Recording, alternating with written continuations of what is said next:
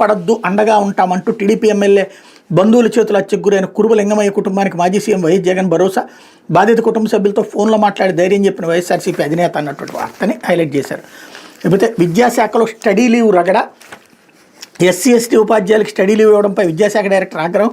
21 మంది డీఈఓలకు షోకాజ్ నోటీసులు ఇవ్వడంపై డీఈఓల ఆందోళన. కూటమి ప్రభుత్వం వచ్చాక పాఠశాల విద్య కమిషనరేట్ పెత్తనం అంటూ ఎస్సీ ఎస్టీ ఉపాధ్యాయులకు డీఈఓలు స్టడీ లీవ్ మంజూరు చేయడంపై విద్యాశాఖ బగ్గుమంటోంది. కమిషనరేట్ అధికారాలను డీఈఓలు అనధికారికంగా వినియోగిస్తున్నారని విద్యాశాఖ డైరెక్టర్ ఆగ్రహం వ్యక్తం చేస్తారు. 21 మందికి షోకాజ్ నోటీసులు జారీ చేశారు. ఈ నెల 4వ తేదీన తన ముందు హాజరై వివరణించుకోవాలని, లేకపోతే క్రమశిక్షణ చర్యలు తప్పవని హెచ్చరించడంతో డీఈఓలు ఉలిక్కిపడ్డారు. ముందన్నడూ లేని విధంగా ఇంతమంది డీఈఓలకు నోటీసులు పంపడంపై ఆందోళన వ్యక్తం అవుతుంది. ప్రభుత్వ అన్ని యాజమాన్య పాఠశాలలో పనిచేస్తున్న ఎస్సీ ఎస్టీ ఉపాధ్యాయులు పదోన్నతుల కోసం బీఈడీ, బీపీఈడీ, ఎంఈడీ తదితర కోర్సులు చేస్తుంటారు. ఇందుకు గాను ప్రభుత్వం 1977లో జీవో 342 జారీ చేసింది. దీని ప్రకారం ఎస్సీ ఎస్టీ ఉపాధ్యాయులు అవసరాన్ని బట్టి కోర్సులో ప్రవేశం పొందుతారు.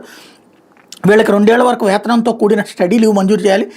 మొన్నటి వరకు స్టడీ లీవ్ మంజూరు జిల్లా విద్యాశాఖ అధికారి ఆధ్వర్యంలో ఉండేది. కూటమి ప్రభుత్వం రాకతో ఈ ప్రక్రియను పాఠశాల విద్యా కమిషనరేట్ చూస్తోంది. ఈ విషయం తెలియని 21 జిల్లాల డీఓలు గతంలో చేసినట్టుగానే స్టడీ లీవ్ జిల్లా స్థాయిలోనే ఇవ్వడంతో డైరెక్టరేట్ ఆగ్రహం వ్యక్తం చేసింది.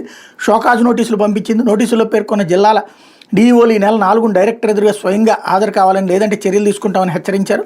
వాస్తవానికి జీవో 342లో ఎస్సీ ఎస్టీ అభ్యర్థులకు 2 ఏళ్ల వరకు స్టడీ లీవ్ ఇవ్వాలని మాత్రమే పేర్కొన్నారు. స్టడీ లీవ్కి సంబంధించిన కోర్సులపై స్పష్టత లేదు. దీంతో స్టడీ లీవ్ అంశం కూడా డీఈఓలే చూస్తున్నారు. డైరెక్టరేట్ జిల్లా విద్యాశాఖ అధికారుల మధ్య స్టడీ లీవ్ అధికారాలపై కొంతకాలంగా సమస్య నెలకొంది. ఈ సమస్యను పరిష్కరించకుండా డీఈఓలకు షోకాజ్ నోటీసులు ఇవ్వడానికి ఉపాధ్యాయ సంఘాలు తప్పుపడుతున్నాయి అన్నటువంటి వార్తని హైలైట్ చేశారు.